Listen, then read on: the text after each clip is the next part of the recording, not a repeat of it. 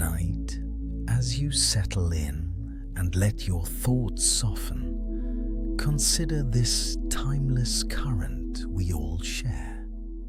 From the ancient alchemist's quest to modern figures like Brian Johnson, reaching for the horizon, it's a gentle, age-old dream to walk softly alongside the years. So, let's begin where all such stories do. Before we even dreamed of serums or supplements, long before the first scientist peered through a microscope at a skin cell, humanity was already gazing into the night sky, wondering. The moon waxed and waned, seasons turned, and our ancestors watched their own hands slowly map the passage of time with lines and spots. And so, from the very dawn of civilization, a quiet, profound question took root in the human heart. It was not merely a question of avoiding wrinkles or grey hair, but something deeper, more universal. Could the river of time, which carries everything from blossom to dust, be persuaded to flow a little more slowly? Could its waters even be reversed? This is where our gentle history begins. Not in a laboratory, but in the realm of myth, philosophy, and the first trembling steps of what we would later call science. Close your eyes and let's travel back to the ancient world, to a time when the boundary between a recipe and a prayer was very thin indeed. In the misty highlands of ancient China, the quest took the form of a search for harmony. Taoist sages observed the natural world with a poet's eye. They saw that a stone, unmoving, could outlast 100 generations of trees. They noticed the resilience of certain plants and minerals. For them, aging was not an enemy to be fought, but a dissonance to be corrected. The body, they believed, was a microcosm of the universe, filled with the vital energy of qi. When qi flowed freely and was in balance with the opposing forces of yin and yang, health and longevity were the natural result. Decay set in when this flow was blocked or depleted, so they set about cultivating life, or yang sheng. This was a beautiful holistic practice. It involved gentle movements we might recognize as the ancestors of Tai Chi, breathing exercises to gather and direct, Qi-O, and dietary wisdom that emphasized moderation and balance. But they also looked outward to the mountains and rivers themselves. They began to experiment with what they found there, believing that if they could consume something that possessed the timeless stability of a mountain, perhaps a hint of that permanence would transfer to the human body. They blended herbs, minerals and metals over long periods, seeking the Dan, the Elixir.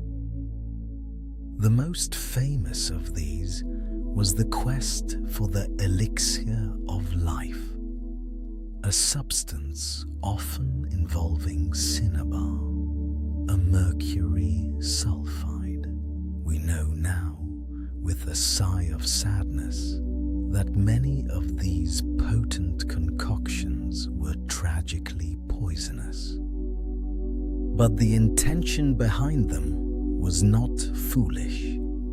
It was born of a beautiful, if literal, metaphor to make the body as enduring and incorruptible as a precious stone. Across the Himalayas in ancient India, a similar quest was unfolding within the profound system of Ayurveda, which translates to the science of life.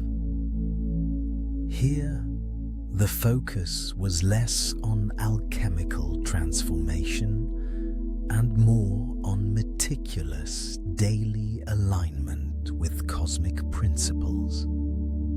Ayurvedic sages perceived three fundamental energies, or doshas, governing all life: Vata, wind; Pitta, fire; and Kapha, earth.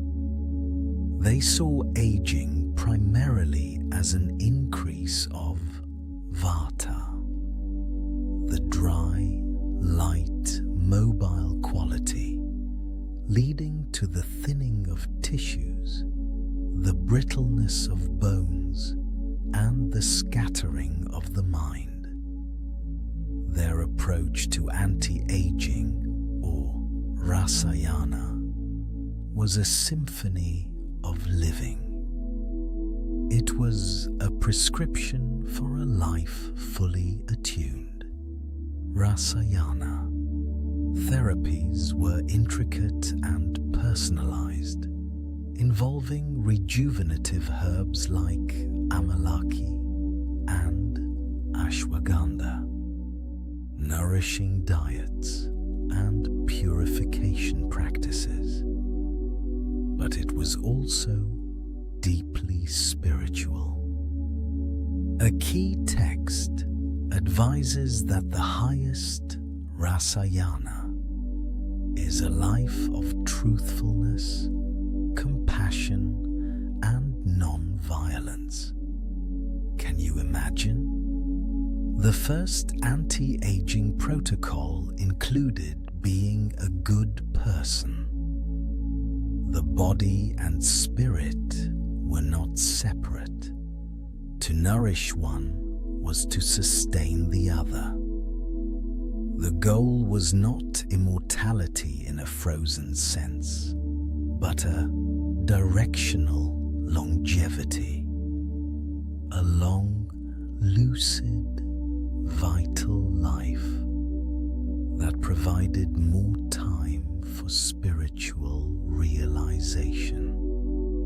Now, let your imagination drift to the sun-drenched shores of the Mediterranean. In ancient Greece, the philosophers added a different voice to the chorus. For them, the quest was as much about the mind as it was about the body. Figures like Hippocrates, the father of medicine, shifted the focus from the whims of the gods to observable nature. He proposed that health was a state of balance between four bodily humors: blood, phlegm, black bile, and yellow bile. Aging, in this view, was a gradual cooling and drying of the body's innate heat and moisture. The prescription: a regimen of moderation in food, drink, exercise, and even emotion. They called it dieta, from which we get our word diet, but it meant an entire way of life. And then there were the alchemists, not just in Greece, but across the ancient world, from Alexandria to Mesopotamia. They worked in dim workshops, their furnaces glowing like miniature suns. To them, the process of transforming base lead into perfect, incorruptible gold was more than metallurgy. It was a grand allegory for the human soul. If impure metal could be purified into a timeless, shining substance, why not the human body? The Philosopher's Stone they sought as believed to be the ultimate key, a substance that could perfect metals and, as a wonderful side effect, grant eternal youth. Their work was shrouded in symbolic language, speaking of the union of the sun and moon, of the death and resurrection of matter in their flasks. In their tireless stirring and heating, they were performing a kind of physical prayer, a hope that the secrets of eternity could be unlocked through diligent, earthly work. So, as the centuries turned, what can we say of these ancient dreams? Were they failures? Look at the mercury-laden elixirs, the endless searches for mythical stones. In a strictly physical sense, they did not find the literal fountain of youth. But to dismiss them is to miss the point entirely. These were not failures of imagination or desire. They were the first, brave frameworks for understanding our place in time. The Taoist sought harmony with the universe's flow. The Ayurvedic sage sought a life of holistic balance. The Greek philosopher championed a life of reason and moderation. The alchemist believed in the possibility of radical, beautiful transformation. Each, in their own way, was building a ladder to reach the same moon. They were planting the seeds of a dream that would never truly fade, that a human life could be lived with more vitality, more presence, and perhaps a little more time. And as the fires of the alchemists' furnaces cooled, and the scrolls of the ancients were tucked away in libraries, these seeds lay dormant in the soil of history, ready to send up new, surprising shoots in a changing world. An end. As the grand empires of Rome and China continued their slow, deep breath across the world, another kind of search was stirring in quieter, more hidden spaces, in smoky workshops lit by furnace glow, and in the marginal notes of illuminated manuscripts. The quest for longevity began to weave itself with threads of a different kind. The hunt was no longer just for a magical herb or a distant land, but for something far more profound, a principle, a secret of the universe itself. This was the world of alchemy, a world where the line between purifying metal and purifying the soul was as thin as the gold leaf in a medieval Bible.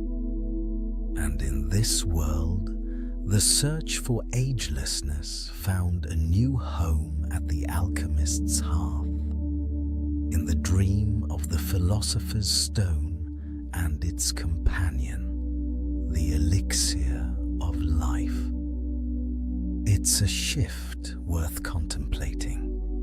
Before, the goal was often an external thing to be found, a fruit, a spring, a place. Now the quest turned inward and upward. It became a process, a transformation.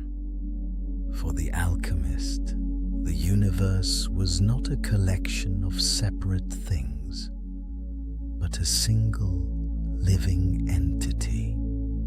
Everything in it was connected through sympathies and hidden correspondences. The human body was a microcosm, a little world that mirrored the great cosmos. Therefore, to heal the body, to perfect it, to grant it longevity, one had to understand and harness the very laws that governed the stars and the metals deep within the earth. This is where the symbolism becomes so beautiful, so layered. At the heart of alchemy was the magnum opus, the great work. It was often described in a sequence of colors, starting with the nigredo, the blackening, a state of putrefaction and dissolution. This was a necessary darkness, a breaking down of the impure starting material, be it base lead or symbolically, the flawed human condition. From that blackness came the albedo, the whitening, a cleansing, a purification into a state of simplicity and potential. And finally, with great care and grace, would come the rubedo, the reddening, the achievement of the Philosopher's stone, a substance of perfect, incorruptible potency, often imagined as a red powder or crystal. Now, imagine that process not in a flask, but in a person. The search for the elixir of life was the application of this same transformative journey to the human spirit and flesh. The base metal of a mortal, suffering body was to be refined. Impurities, disease, corruption, the very process of aging, were to be subjected to the nigredo, broken down through spiritual trials or physical regimens.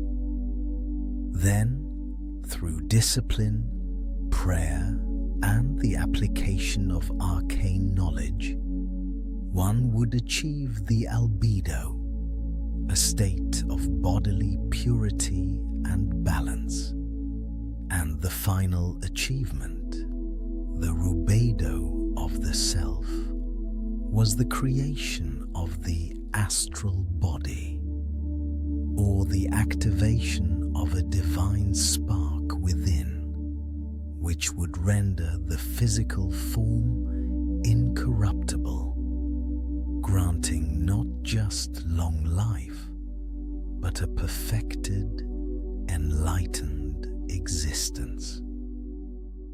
The elixir itself was sometimes thought to be literally made from the Philosopher's stone. A tiny fragment of the stone, dissolved in wine or another liquid, would become the ultimate medicine. It was said to cure all diseases, restore youth, and grant longevity that bordered on the immortal. But more often, the elixir was a state of being, a harmony achieved. It was a balance of the body's essential humors, or the successful fusion of the soul with its celestial counterpart. It's easy for us now to dismiss this as mere superstition, a precursor to real chemistry. But to do so is to miss the profound contemplative heart of it. The alchemist's laboratory was as much a chapel as it was a workshop. The furnace was the sacred fire of transformation. The alembic, the vessel for distillation, was a metaphor for the mind and spirit, separating the pure from the corrupt. In seeking the elixir, they were seeking a kind of salvation, a redemption of the material world and the mortal coil from decay. They looked at the rust on iron and saw their own aging. They looked at the process of turning grapes into fine wine and saw the possibility of turning a limited lifespan into a vintage of wisdom and sustained vitality. It was a holistic vision where health of body, clarity of mind, and purity of spirit were inseparable strands of the same golden cord. Figures like Paracelsus, a name that means greater than Celsus, the ancient Roman physician, strode across this boundary between magic and medicine. For him, the alchemist's true purpose was not to make gold, but to prepare arcana, powerful medicines that could rectify any imbalance in the body. His quest for the Alchemist, the universal solvent that could dissolve anything into its purest essence, was another path toward the same goal. Breaking down the diseased or aged condition to its fundamental parts, so it could be remade whole and new. For centuries, this flame of symbolic transformation flickered in monasteries and royal courts.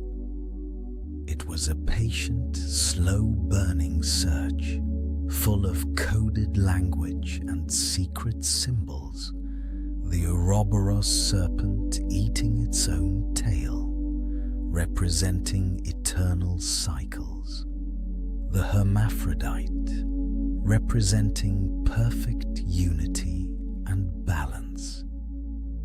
It was a quest that accepted mystery as part of the process. But as the world turned, the nature of the questions began to change. The flame of the alchemist's hearth, with its mysterious glow and symbolic shadows, began to sputter and wane. It did not give way to darkness, but to a new, clearer, and more systematic light. a light that sought to measure, to dissect, to understand the mechanisms of the world not through correspondence, but through cause and effect. The age of the symbol was gently receding, and a new age, an age of reason and experiment, was quietly dawning. As the era of mystical potions and the philosopher's stone gently faded into the past, a new light began to dawn on the human understanding of life itself. We entered an age of reason, of measurement, where the grand, mysterious clockwork of the universe was being deciphered, and people naturally began to wonder, might we too be a kind of intricate mechanism? This is the story of how the quest for longevity stepped out of the shadows of alchemy and into the clear, steady light of science. A quiet but profound shift we can think of as the enlightenment of the body. Imagine, if you will, that for centuries we saw ourselves as a kind of enchanted castle, governed by spirits and humors that moved in secret ways. Now, in the 17th and 18th centuries, thinkers began to see the human form differently. It was becoming more like a finely crafted watch, a complex assembly of gears, levers, and fluids, all operating under predictable physical laws. This was a revolutionary idea. If the body was a machine, then its wear and tear, its aging, might be subject to maintenance, not through magic, but through mechanics, through hygiene, through the careful management of its inputs and environment. It was a shift from seeking a divine elixir to studying the mundane yet essential aspects of daily life. This new mechanistic view brought with it a powerful new tool, measurement. For the first time, longevity wasn't just a vague hope for a long life. It became something one could attempt to quantify, to study in populations. In the late 1600s, an English shopkeeper named John Grant, with a curious mind and a stack of London's weekly mortality records, the bills of mortality, began to count. He counted deaths by cause, by season, by parish. From this simple, painstaking tally, he produced the first life tables, crude estimates of how long people could expect to live. It was a quiet, paper-born revolution. For the first time, the shadow of mortality had a shape you could trace on a page. It showed patterns. It suggested that lifespan might not be purely a matter of fate, but something that varied, something that could perhaps be influenced by the conditions in which people lived. And this idea that our environment shapes our years began to take root. A key figure who embraced this orderly, observational approach was a gentleman scholar named Luigi Cornaro. In the 1500s, he wrote a treatise called The Art of Living Long, which became enormously popular in this new enlightened age. Cornaro's method was not a potion, but a personal regimen. He advocated for sobriety, by which he meant a simple, measured diet, avoiding excess, and living a life of calm regularity. He himself claimed to have restored his health and lived vibrantly into his 90s by this method. His work resonated because it was rational.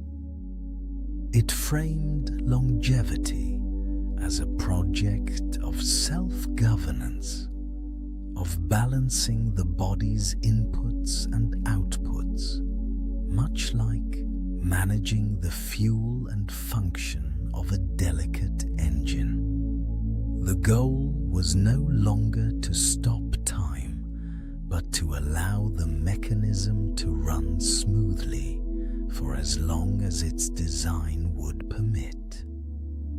Alongside diet, another concept began to receive scientific attention: the very air we breathe. The ancient idea of miasma, bad air from swamps and rot causing disease, evolved into a more studied concern for environmental hygiene. People observed that crowded, filthy cities had higher mortality. The solution proposed was fresh air, cleanliness, ventilation. This was the beginning of public health, a collective approach to longevity. It was understood that to preserve the human machine, one must improve the workshop in which it operated. Great, airy hospitals were built, like spacious temples to health. Cities began to plan for cleaner water and sanitation. It was a slow, monumental turn toward the idea that society itself could be a garden for longer life by tending to the conditions that all bodies shared. During this period, a few daring minds even peered ahead, beyond simple maintenance, to the outer limits of the body's potential. A French naturalist named Georges-Louis Leclerc, Comte de Buffon, took those early life tables and performed a fascinating calculation. He estimated what he called the natural lifespan of a species based on its age of maturity. For humans, he concluded, if freed from accidents and disease, we might live to 90 or even 100 years. It was a theoretical horizon, a calm prediction based on observation rather than legend. It suggested that the biblical ages were not a lost secret, but perhaps a poetic echo of a biological potential that science was just beginning to measure. So, by the close of the 18th century, the search for longer life had been transformed. The alchemist's fire was replaced by the scholar's lamp. The quest moved from the secret laboratory to the dining table, to the design of cities, to the pages of ledgers filled with mortality statistics. The body was no longer a castle of mysteries, but a complex, beautiful machine. and the path to its care was seen through moderation, cleanliness, observation, and the slow, steady application of reason. A quiet optimism settled over the endeavor. Humanity, it seemed, had finally found the tools to gently polish the gears of life, to wind the spring with care, and to listen with ever greater precision to the steady tick of its own mortal clock. The foundation of measurement and order was now firmly laid, a foundation upon which the next great revolution would soon and suddenly begin to build. Let us move a little closer now to the very fabric of being. We've walked through eras that saw aging as a fire, a liquid, or a cosmic fate. But then, quietly, a new frontier opened, not in the stars, but within us. Our attention turned inward to a realm of breathtaking complexity and silent ticking clocks. This is the story of how we began to see the process of aging not as a single force, but as a symphony of tiny cellular events, a gentle unraveling you're only just beginning to comprehend. It started, as so many revolutions do, with seeing what was always there. The invention of powerful lenses revealed a world teeming with life too small for the eye to notice. Germs. And with that revelation, something profound shifted. Sickness was no longer a mysterious vapor or a punishment, but could be a specific invader. This was the birth of germ theory, and it led to one of humanity's greatest shields, vaccines. For the first time, we weren't just treating illness, we were preventing it. Childhoods were no longer a gauntlet of fatal diseases, and the average length of a human life began its slow, steady climb upward. We had, in a sense, cleared away some of the external storms, allowing us to finally see the internal landscape of a long life more clearly. And what a landscape it was. Those same lenses showed that every living thing was built from tiny rooms, cells. We are not solid, but vast, collaborative cities made of trillions of these microscopic citizens, each with a purpose, each with a life cycle. Imagine, if you will, a grand and ancient library. Your body is the library itself, and each cell is a diligent scribe, copying the precious texts, your genetic instructions, so the library can maintain itself, repair its walls, and replenish its shelves.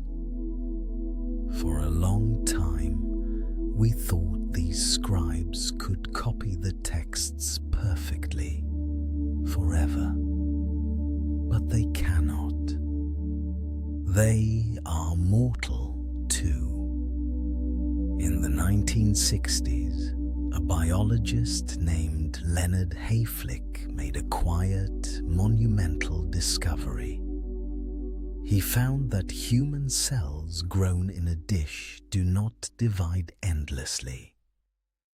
They have a limit. A number of times they can faithfully copy themselves before they simply stop, entering a peaceful but permanent state of rest called senescence. It was as if each scribe, after a lifetime of meticulous work, would finally lay down its pen, content. This Hayflick limit suggested that aging might be written into the very rules of our cellular architecture. Not a wearing down from outside, but a gentle, pre-programmed conclusion to each cell's story. What was issuing these orders? The search led us deeper into the heart of the library's most secure vault, the nucleus of the cell. Here, we found the master texts themselves, the elegant, twisted ladder of DNA. This double helix holds the instructions for building and maintaining you, from the color of your eyes to the repair mechanisms in your skin. But these texts are fragile. They are bombarded every moment by tiny rays of sunlight, by chemicals from our environment, by simple errors in copying. Think of it as a beloved, handwritten letter passed down through generations. Each time it is carefully copied, a small smudge might appear, a letter might be transposed. And over a lifetime, the message, while still beautiful, becomes slightly less clear. We discovered that our cells have devoted an entire department to proofreading and repairing these texts. But the process is not perfect. Small errors, called mutations, accumulate. Some are harmless. Some subtly change the instructions. The repair mechanisms themselves can grow tired. This is one of the central theories of aging now, that it is, in part, the gradual accumulation of these tiny microscopic errors in our genetic library. A slow, quiet fraying of the instructions, and then we found the timekeepers. At the very tips of our chromosomes, those long, bundled strands of DNA, are protective caps called telomeres. Imagine them as the little plastic aglets at the end of your shoelaces, preventing the lace from unraveling. Each time a cell divides, a tiny piece of that telomere cap is worn away. When the telomeres become too short, the cell receives the signal to stop dividing. It has reached its Hayflick limit. It's a cellular hourglass, measuring out its life in divisions. The flow of this sand is regulated by a delicate cocktail of internal signals. 2. Hormones. These are the body's messengers, whispering to distant organs, coordinating growth, metabolism, and repair. As time passes, the whispers of some hormones grow fainter, changing the body's internal rhythm. So, we began to see a picture. Aging was not one thing. It was the quiet retirement of cells, the gradual wear on our genetic texts, the shortening of protective caps, the shifting of hormonal tides. A symphony of processes, each playing its part in the gentle transition from vitality to repose. Some scientists see this as a genetic program, an intrinsic clock set to ensure turnover for the species. Others see it as the inevitable byproduct of a complex system running over a long time. The beauty is in the question itself, and in the profound elegance of the systems we are discovering. We had, at last, mapped the microscopic engines of time. We could see the gears and the springs, and in that moment of awe, gazing so deeply within, a complementary thought arose. If these are the mechanisms, then how we live, how we move, what we eat, the peace we cultivate, might that not oil the gears or gentle the spring's tension?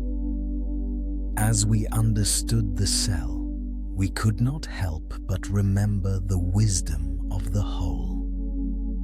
The quiet knowledge of cultures who lived in harmony with their world long before the microscope was ever dreamed of. For they understood something we are only now, with all our science, beginning to fully appreciate. The environment of the cell is the environment of a life, and so the gaze that had journeyed so far inward now softly turns outward once more. And so, as the hands of the hourglass turned and turned, humanity kept a parallel path, one not of potions or machines, but of quiet daily rhythms. While alchemists dreamt of gold and apothecaries bottled their essences, in homes and villages, in sun-drenched gardens and under shady groves, a different kind of wisdom was being passed down. Not shouted from a tower, but whispered across a table. It's the wisdom of living well. And if we listen for its echoes, we'll find that for thousands of years, our ancestors had already drawn the blueprints for longevity, not by trying to stop life, but by learning how to live it more deeply. Let's wander for a while into some of these traditions. Picture, if you will, the warm, spice-scented plains of ancient India, where the system of Ayurveda, the science of life, came into being thousands of years ago. It didn't see ache as a battle to be won, but as a natural stage to be navigated with grace. A long, vital life wasn't about a single miracle herb, but about harmony. It was a delicate balance, like a garden where every plant has its season and its purpose. Food was your first medicine, warm, cooked, nourishing foods to kindle your digestive fire. Daily routines were sacred, anchors in the flow of time, rising with the sun, pausing for meditation, eating at regular hours. And perhaps most beautifully, it understood that the mind and body are one inseparable whole. To care for one was to care for the other.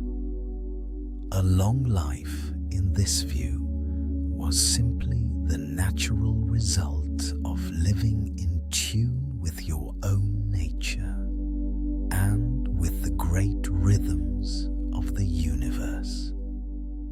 Now, let your mind drift to the shores of the Mediterranean Sea, to a landscape of silvery olive groves and sun-ripened vegetables. Here, for generations, people lived in a way that modern scientists would one day call the gold standard for heart health and longevity. But to the people living it was just life. It was the simple, profound art of the shared meal. A plate wasn't just fuel, it was a canvas painted with color. Deep red tomatoes, green herbs, golden oil, purple onions. The fats came from olives and nuts, not from animals. Fish came from the sea. Wine was enjoyed in moderation, in company. But the secret ingredient, the one you can't put in a pill, was the connection. Meals were long, conversations were slow. Families and friends were the center of the world. This way of eating was not a diet. It was a celebration of community and of the earth's bounty. It was life, savored. And then, let's travel across the world to the islands of Japan, to the concept of ikigai. It's a word that's difficult to translate directly, but perhaps it means a reason for being. It's that sweet spot where what you love, what you're good at, what the world needs, and what you can be paid for all overlap. But for the elders in communities like Okinawa, known for their remarkable longevity, ikigai isn't a career planning exercise. It's something much gentler. It might be tending a beloved garden, teaching a grandchild a craft, participating in a community circle. It's a sense of purposeful forward motion, no matter how small. It's the feeling that you are needed, that you have a place.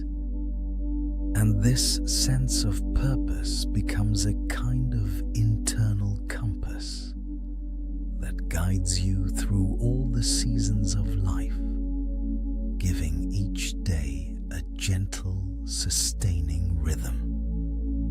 These traditions, from India, from the Mediterranean, from Japan, and from countless other cultures, all sing a similar soothing chorus.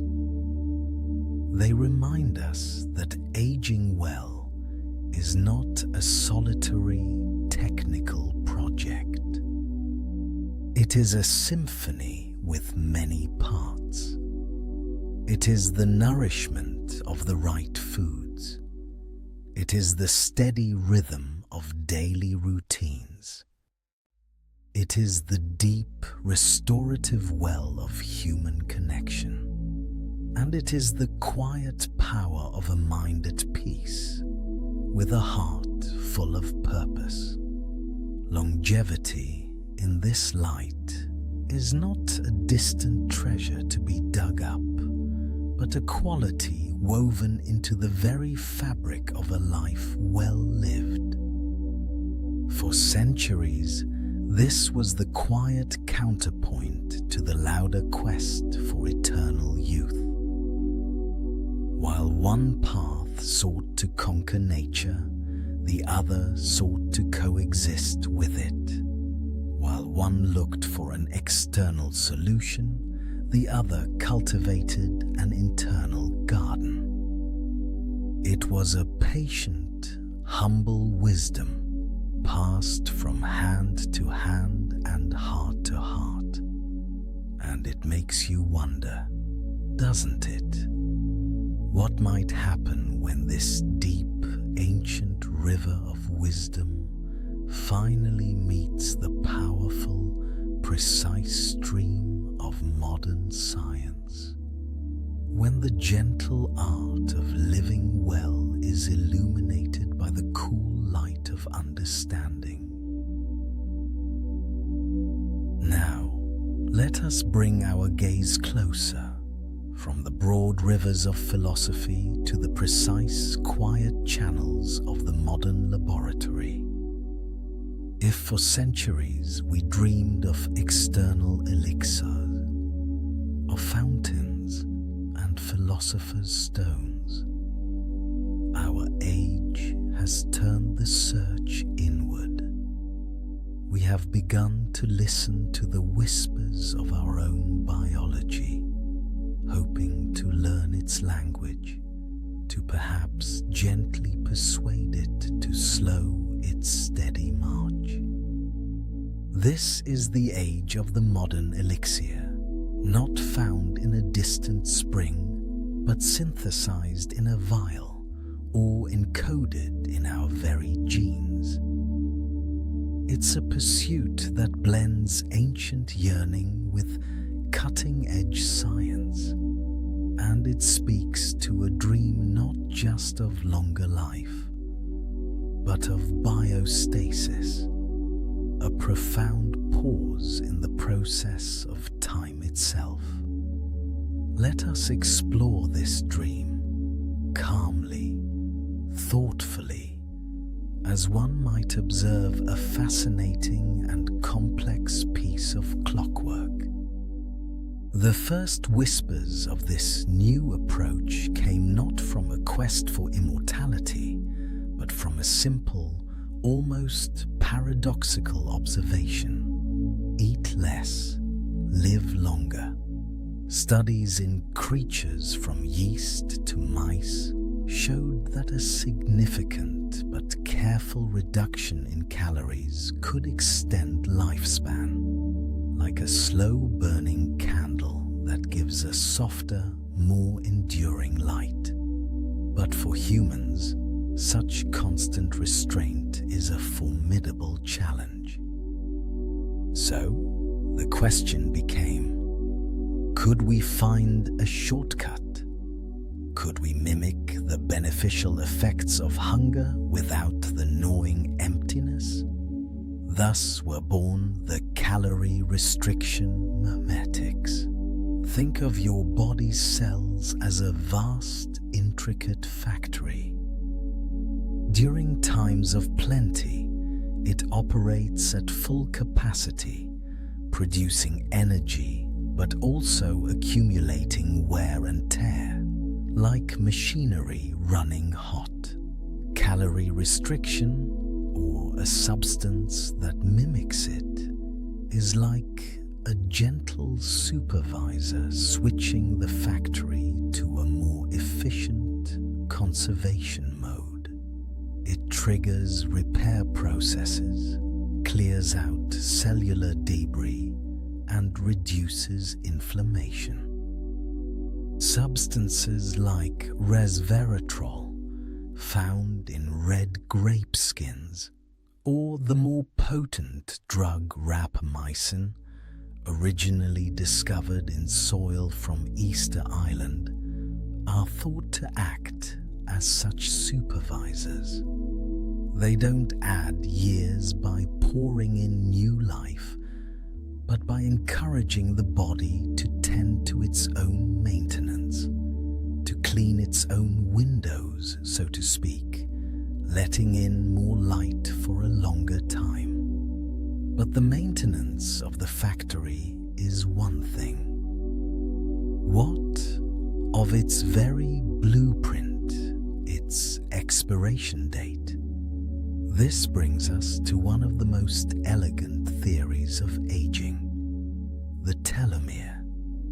Imagine each of your chromosomes, the threads of your genetic code, as a shoelace.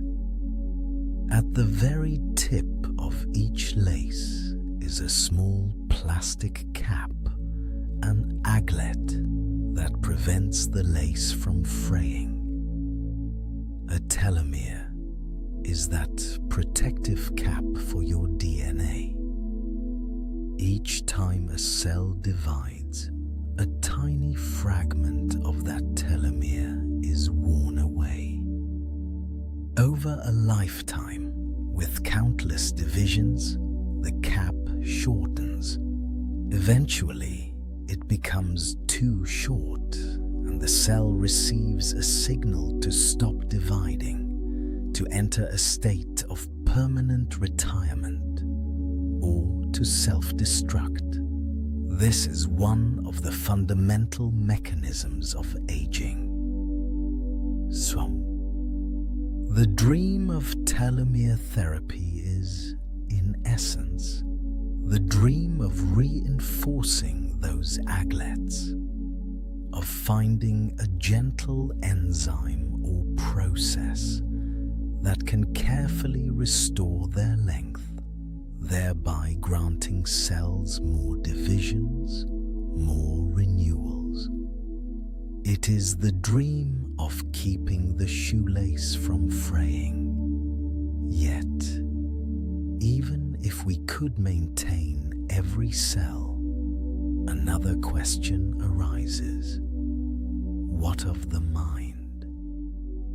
The seat of our consciousness, our memories, our very sense of self.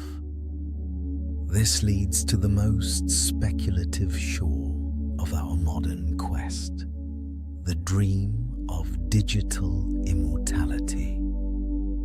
If we cannot preserve the biological vessel indefinitely, could we perhaps preserve its contents? Could we map the trillions of connections in a human brain, the very seat of consciousness, and translate that unique, shimmering pattern of thought and memory into another medium? It is a concept that moves beyond biology altogether into the realm of information. Proponents see it as the ultimate backup, a way for an individual's consciousness to echo beyond the lifespan of their body. Critics wonder if such a copy would truly be you, or merely a breathtakingly detailed portrait. It is less an elixir of life and more an elixir of pattern, seeking permanence for the song, not the singer. And this, perhaps, is where all these threads, the mimetics, the telomeres, the digital dreams, converge into the overarching concept of biostasis. Not the frenzied search for an endless party, but the profound wish for a pause, the wish to step out of the river of time just for a while, to be preserved in a state of perfect arrest, like an insect in amber, until a future age possesses the knowledge to revive, to heal, to extend. It is the dream of pausing the great clock, not with a hammer, but with a breath held in infinite stillness. So here we stand, or rather, here we float in this quiet moment of reflection. We have moved from mythical waters to microscopic pathways, from alchemical fires to the cold, clean logic of silicon. The tools have changed, transformed beyond recognition. But listen closely. Beneath the hum of the servers and the silent work of the enzymes, can you hear it? The same soft, persistent sigh, the same longing for more dawns, for deeper understanding, for a reprieve from the final farewell. The dream itself has not aged. It has simply put on new clothes, fashioned from the materials of its time. It remains, at its heart, a deeply human hope. And as we observe these quiet ambitions of science, we might find ourselves pulled back, not to the details of the technology, but to the yearning that gives it light. And so, our river of time meanders on, past ancient shores and modern laboratories, carrying all these whispers, all these echoes of our timeless desire. We have followed it for a while, from the whispers in old tunes to the equations on modern screens. We saw the search shift from a literal elixir to something perhaps more profound. For beneath it all, from the alchemist's fire to the scientist's microscope, the quest against aging has never truly been a battle against time itself. How can one fight a river? No, it has been, and always will be, a search for meaning within that current. It is a quest for legacy, for a sense that our brief spark contributes to a greater, ongoing light. It is the deep, human longing to feel that our stories, our loves, and our wonders are not washed away in an instant. This search, in its own gentle way, asks us to look more closely, to appreciate more deeply the fleeting beauty of a single blossom, the warmth of a shared moment, precisely because they are not forever. It asks us to find the eternal not in defying the river's flow, but in the quality of our journey upon it. The reflection we see in the water is not just of our own face, but of every dreamer who has ever looked and wondered. Their hopes are part of our current, and ours will become part of the flow for those who come after. The river does not end. It simply widens, joining a vast, quiet sea. So let us bring our journey to a close here, where the water is deep and calm. Let the soft sound of the current soothe you. With every gentle breath you take, you are part of this beautiful, unending story. The room around you is quiet now. The history you have walked through settles like soft silt on the riverbed, a foundation for peaceful dreams. The river flows on, but here, in this moment, you can rest upon its bank. Let the current of thoughts slow and soften until all that remains is the quiet rhythm of your own breath and the deep, comforting knowledge that you, too, are a timeless part of this gentle, flowing world.